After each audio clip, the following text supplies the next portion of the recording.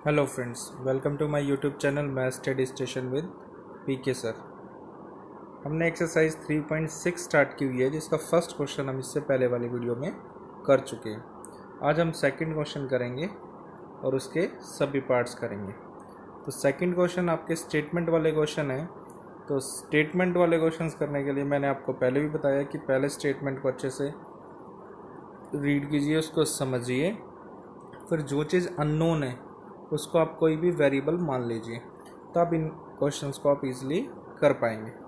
तो देखिए second question, formulate the following problem as a pair of equations and hence find their solution. अब ये कह रहा है नीचे जितने भी स्टेटमेंट दी हुई है इसको आपको पेयर ऑफ इक्वेशंस की फॉर्म में करना है, फिर इसका सॉल्यूशन फाइंड आउट करना है। तो सेकंड का फर्स्ट पार्ट आपके पास है, Ritu can row downstream 20 kilometre in 2 hours and upstream 4 kilometer in 2 hours. Find her speed of rowing in still water and the speed of the current. ये कह रहा है ऋतु जो है जिस तरफ पानी बह रहा है उस तरफ 20 किलोमीटर का डिस्टेंस कवर करती है 2 घंटे में, और अपस्ट्रीम यानी कि धारा से विपरीत दिशा में, जिस तरफ आपका पानी बह रहा है उससे अपोजिट डायरेक्शन में 2 घंटे में वो कितना डिस्टेंस कवर करेगी? 4 किलोमीटर। सीधी सी बात है, अगर पानी सामने से आ रहा है और हम भी उससे अपोजिट डायरेक्शन में जा रहे हैं तो वो हमें फोर्स करेगा और हमें आगे बढ़ने में परेशानी होगी। इसलिए अपस्ट्रीम में उसने कम डिस्टेंस कवर किया है। समय देखिए दोनों में टाइम सेम है 2 आवर्स, लेकिन जिधर पानी फ्लो कर रहा है उधर अगर ऋतु जाएगी तो 20 किलोमीटर का डिस्टेंस कवर कर रही है और उससे अपोजिट डायरेक्शन में 4 किलोमीटर का। Find her speed of rowing in still water and the speed of the current. आपको speed of rowing in still water की उसकी स्पीड फाइंड आउट करनी है स्टिल वाटर में, और स्पीड ऑफ द करंट यानी कि जो पानी है उसकी स्पीड फाइंड आउट करनी है। आपको जो लहरें उठ रही हैं उनकी स्पीड भी फाइंड आउट करनी है पानी की। तो देखिए कैसे करेंगे इसको। तो अननोन चीज़ दो है, speed of rowing in still water और स्पीड ऑफ करंट, तो इसी को हम सपोज करेंगे। तो सॉल्यूशन देखिए कैसे करेंगे। देखिए let the speed of the boat in still water be x kilometre per hour and speed of current हमने क्या मान लिया? y kilometre per hour. अब स्पीड ऑफ रोइंग अपस्ट्रीम, अब जिधर आप जा रहे हैं और पानी जो है उससे अपोजिट डायरेक्शन में आ रहे हैं, तो सीधी सी बात है कि आपकी स्पीड ज़्यादा होगी तभी आप वहाँ आगे निकल पाएंगे, और जब आप उससे अपोजिट डायरेक्शन में जा रहे हैं तो उसकी स्पीड से क्या करना पड़ेगा आपको? लेस हो जाएगी करंट की स्पीड। तो स्पीड क्या है उसकी? बोट की एक्स, उसकी रोइंग की, और माइनस में क्या करेंगे? जो स्पीड ऑफ करंट है, क्योंकि वो भी तो आपको फोर्स करेगा आगे बढ़ने के लिए। अब speed of rowing downstream, अब जिधर आप जा रहे हो उधर ही पानी जा रहा है, तो दोनों क्या हो जाएंगी? ऐड हो जाएंगी। किसकी? आपकी स्पीड भी और करंट की भी। तो इसलिए x plus y kilometre per hour आएगा यहाँ पे। अब अकॉर्डिंग टू क्वेश्चन, अब देखिए आपने स्पीड इज इक्वल टू पढ़ा है डिस्टेंस अपॉन टाइम होता है। अब आपकी स्पीड, तो speed into time is equal to क्या हो जाएगा? डिस्टेंस।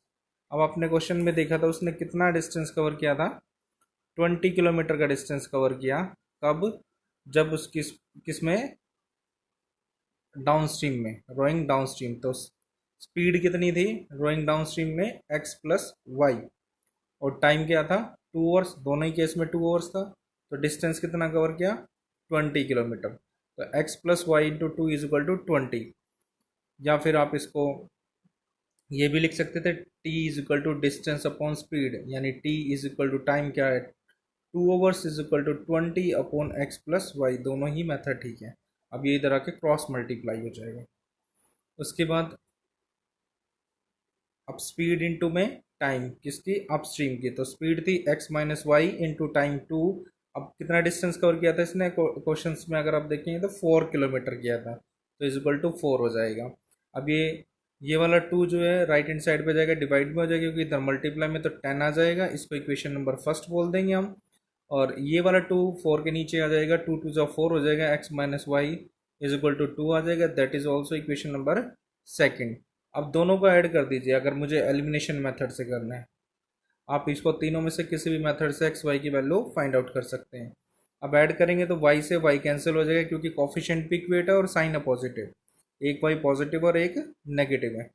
और x प्लस एक्स क्या हो जाएगा 2x is equal to 10 plus 2 क्या हो जाएगा 12। तो x इज इक्वल टू क्या होगा 12/2, 2 6 12, तो x इज इक्वल टू क्या आ जाएगा 6 किलोमीटर पर आवर। अब ये जो 6 वैल्यू है इक्वेशन 1 या 2 में से दोनों में से किसी एक में पुट कर देंगे, आपको क्या मिल जाएगा y की वैल्यू मिल जाएगी। तो ये किसके इक्वल होगा y किलोमीटर पर आवर।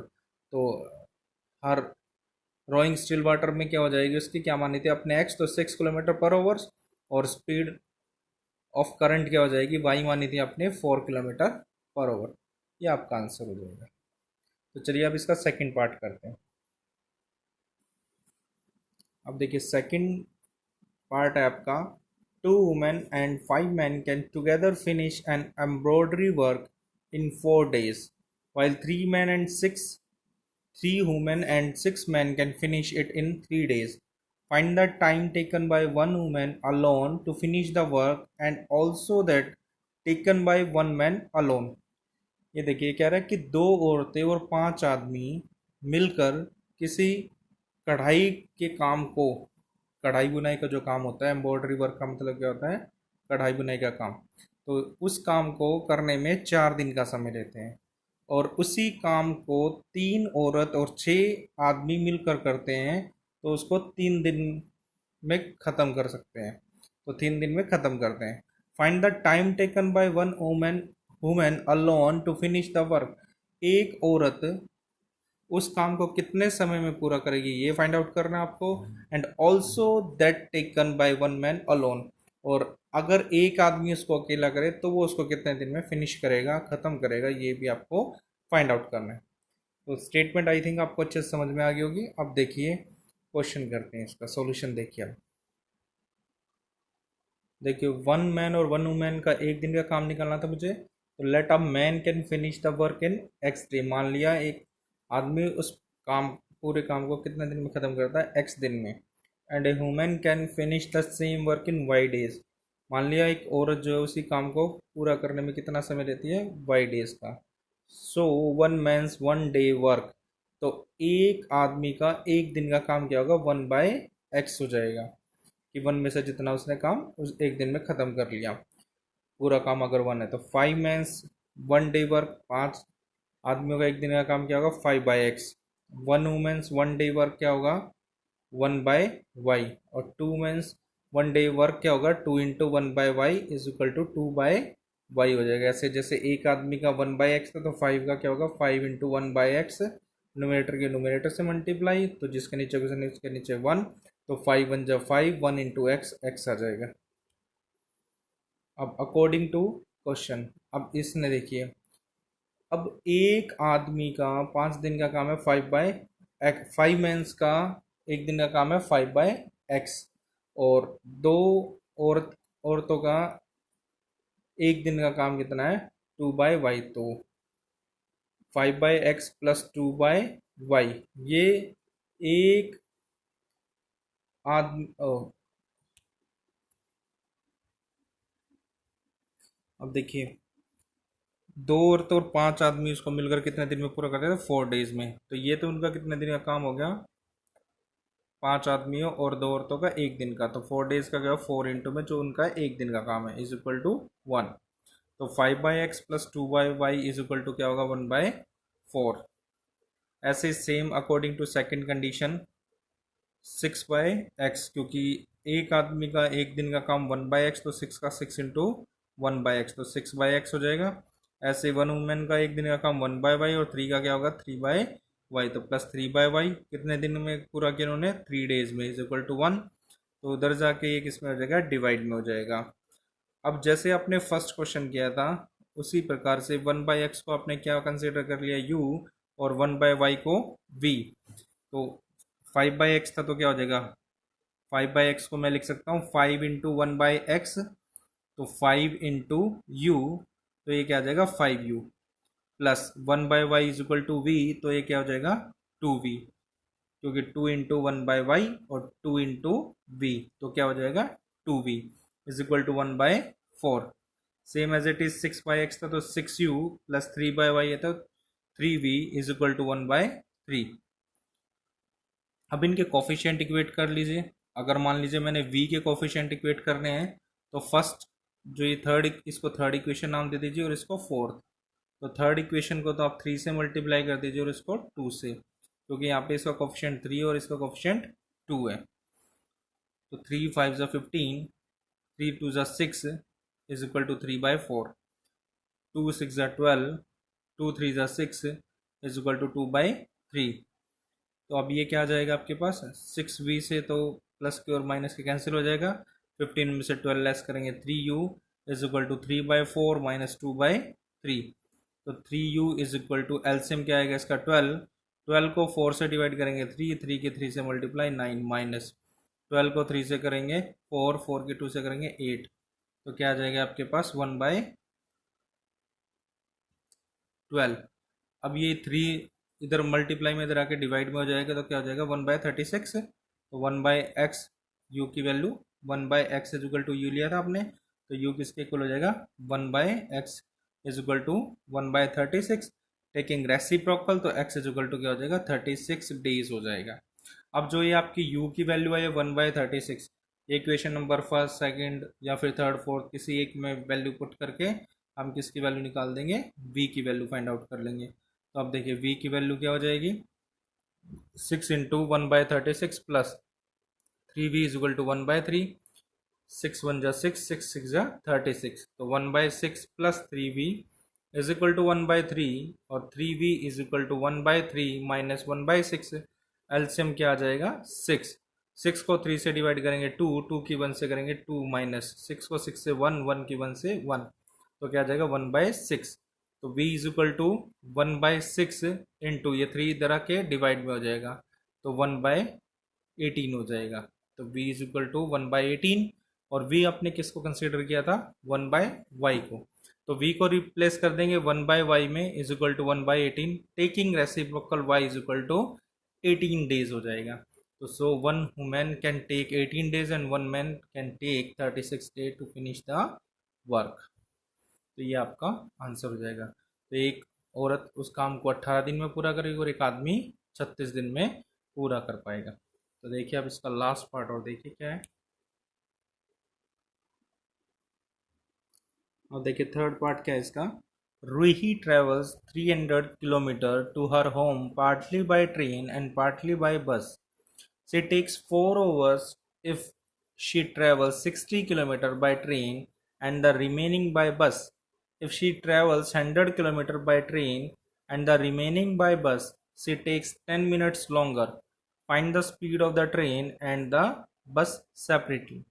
अगर Roohi travels 300 kilometre to her home partly by train and partly by bus. Roohi जो है अपने घर की जो दूरी है, उसके घर की टोटल दूरी कितनी है 300 किलोमीटर। इस 300 किलोमीटर को वो कुछ दूरी को तो ट्रेन से तय करती है और कुछ को किससे करती है, बस से करती है जो बच जाती है। She takes 4 hours if she travel 60 kilometre by train and the remaining by bus. ये कह रहा है कि वो उसको 4 घंटे का समय लगता है अगर वो 60 किलोमीटर का डिस्टेंस ट्रेन से कवर करे और जो बाकी बच गया यानी 300 माइनस 60 240 किलोमीटर जो डिस्टेंस है वो किससे कवर करे, बस से। If she travels 100 kilometre by train and the remaining by bus, अगर वो 100 किलोमीटर का डिस्टेंस जो है ट्रेन से कवर करे और जो बाकी बच जाता है कितना बचेगा 300 माइनस 100, तो क्या आ जाएगा 200। तो 200 वो किससे कर रहे हैं, बस से। सी टेक्स 10 मिनट्स लॉन्गर, तो उसको 10 मिनट ज़्यादा समय लगता है, यानी कि 4 hours प्लस में 10 मिनट्स हो जाएंगे, 10/60 कर देंगे हम उसको भी मिनट्स में कन्वर्ट, ओवर्स में कन्वर्ट कर लेंगे मिनट्स को। Find the speed of the train and the bus separately, तो आपको ट्रेन की स्पीड फाइंड आउट करनी है और बस की भी। तो देखिए तो ट्रेन और बस की स्पीड आपको माननी पड़ेगी। तो देखिए कैसे करेंगे इसको। Let the speed of the train be x kilometre per hour, bus की y kilometre per hour. Time taken by रूई to travel 60 kilometre by train. अब टाइम निकालें, स्पीड इज इक्वल टू होता है डिस्टेंस अपॉन टाइम, तो time किसके equal होगा distance upon speed. और डिस्टेंस कितना 60 किलोमीटर, अपॉन में स्पीड क्या है ट्रेन की x किलोमीटर पर आवर, तो 60 बाय x।